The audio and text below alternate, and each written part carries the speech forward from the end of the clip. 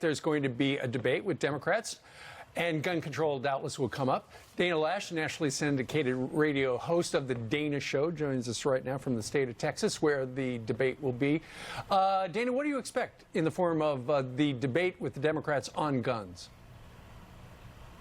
Good morning, everyone. Well, I expect everyone to outwoke each other on the issue of the Second Amendment and on gun control and on restrictions, and they're going to propose this is what they always do every single debate, a bunch of things that would not have, unfortunately, any effect on any of these mass casualty tragedies that we have seen recently. And they're also going to push probably for some of the legislation that's already making its way through the House and through the Senate, whether it's universal background checks, whether it is red flag laws. And I've discussed so often the problem with both of those proposals. There are a couple of other things also that they would like to see get pushed through. So I'm sure that they're going to set the stage for that. They're going to push for all of that legislation, and they're going to call into the carpet the character of any individual who dares disagree with them, which that's not going to sit well so much with law-abiding Americans, particularly in Texas, because people who just lawfully carry their firearms because they want to protect themselves from the types of monsters that we see out there, that no one wants to be armed. And so we carry, we're lawful, we have our firearms, and we don't really like being portrayed as monsters or unfeeling towards innocent people simply because we don't want to become statistics. So, Dana, as Democrats like Beto O'Rourke, who is from Texas, pushed for confiscation in mass of firearms, firearm sales are actually up 15.5%. So that may be a result of rhetoric from Democrats or a result of people wanting to protect themselves as they see these mass shooting events play out.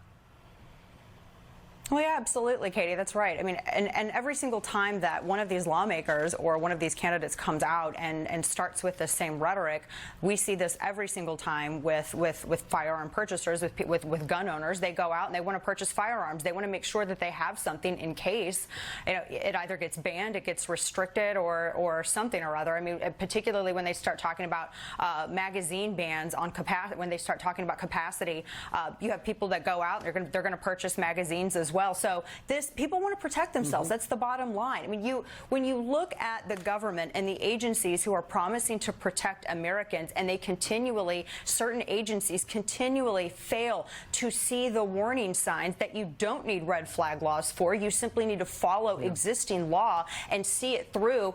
Those people don't put a lot of faith in those agencies to keep them safe, so they want to make sure that they can be their own first responders if, heaven forbid, evil comes to call. Yeah, right. ATF and the FBI don't have a great reputation on that, that's for sure.